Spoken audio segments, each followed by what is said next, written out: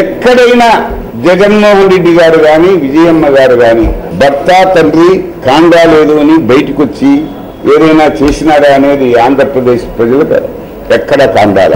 ఉదయమే తెలిసింది రాజశేఖర రెడ్డి గారు నల్లకాలవ పావురాల గుట్టలో స్మాష్ అయింది, అక్కడ ఉన్నారు.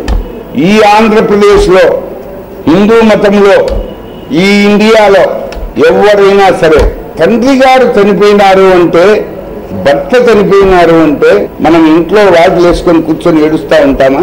వెంటనే స్పాట్కు పోతాం, వెంటనే మనం ఇంట్లో నుంచి పరిగెత్తాం, వెంటనే ఆత్మగా కన్నీరు పెట్టుకుంటా వస్తాం.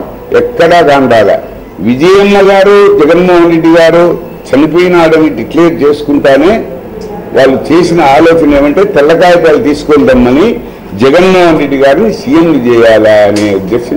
అంటే మీరు 2 సంవత్సరాల 8 నెలలు ఊరుకుండి ఇప్పుడు మీరు కుట్ర అంటున్నారు, ఎన్నికల కోసం అంటున్నారు.